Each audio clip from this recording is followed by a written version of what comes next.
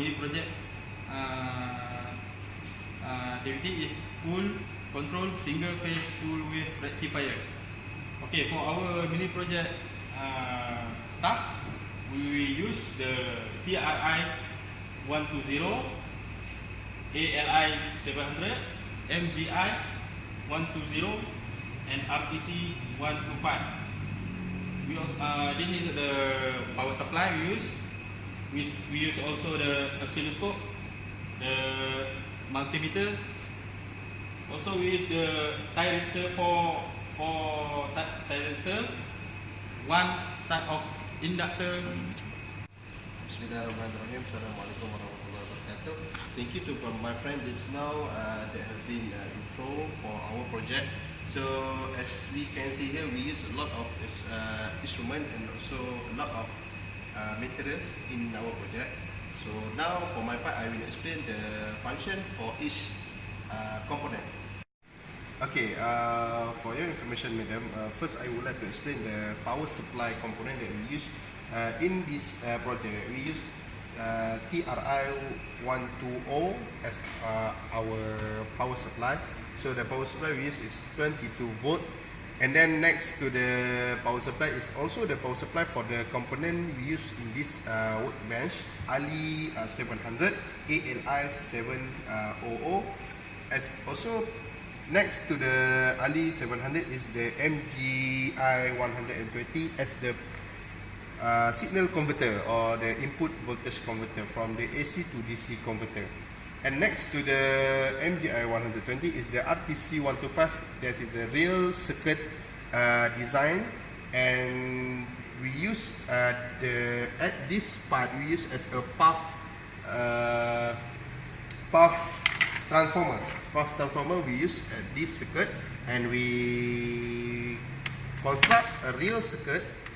As you can see here, this is the real circuit for fully controlled single phase full wave rectifier.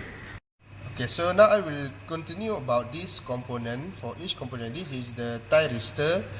We use 4 thyristor. For each thyristor, there will be input on the gate signal from the voltage. Next is the resistor. We use to resist any voltage that so high or maybe so low. And next is the inductance that has been used in this circuit. Next, the instrument that we use is the multimeter to measure the voltage for each signal, for each between two lines, for example L1 and L2, the K1 and A1 voltage. So we measure by using multimeter. And lastly, we use digital oscilloscope to measure the output and to produce a waveform signal come from our project. So later my friend will explain a little bit details about the result and also the theoretical part on this project. Thank you.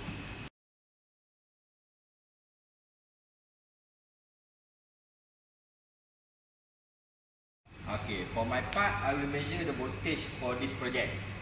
The measurement that I will take VL1, L2, VI1, VI2, VK1A1, and VK2A2. Okay, we select the voltage for the AC in the multimeter, and then we measure the L1 and L2.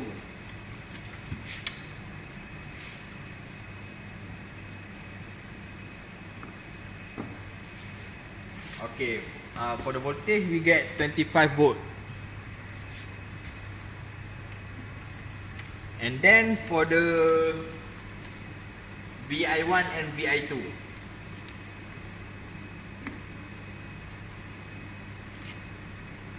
so when we to measure VI1 and I2, we need to select a DC because this is rectifier convert AC to DC. So we get 171 millivolt. For I2, we get 126 millivolt. Okay, for the voltage K1 and A1, we measure by selecting the first diode, thyristor, and this is for K1 and this is A1, and the voltage is 0.53 volt. For the VK2 and A2,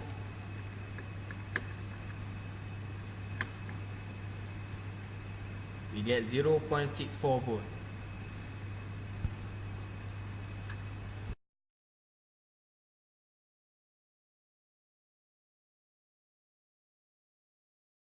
So for my part, I will do some analysis on the waveform produced from this single phase full control rectifier.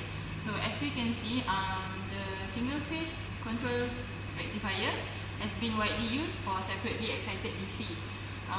Instead of diodes, we are using thyristor. So basically, the cycle produced is converted from the first sinusoidal graph. So as you can see, there are some margin here in the signal, in the waveform. So for the first cycle, thyristor 1 and thyristor 4 will be fired together. So for the 180 cycle after 180 degree cycle after the first cycle, T2 and T4 will be fired.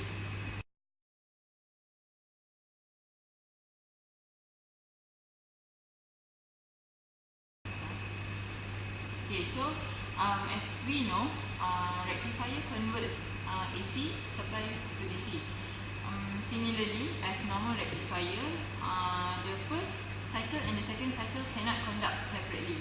So it cannot conduct together. So it has to be conducted for the first cycle separately from the second cycle. So that's all from us for the project of single phase full control rectifier.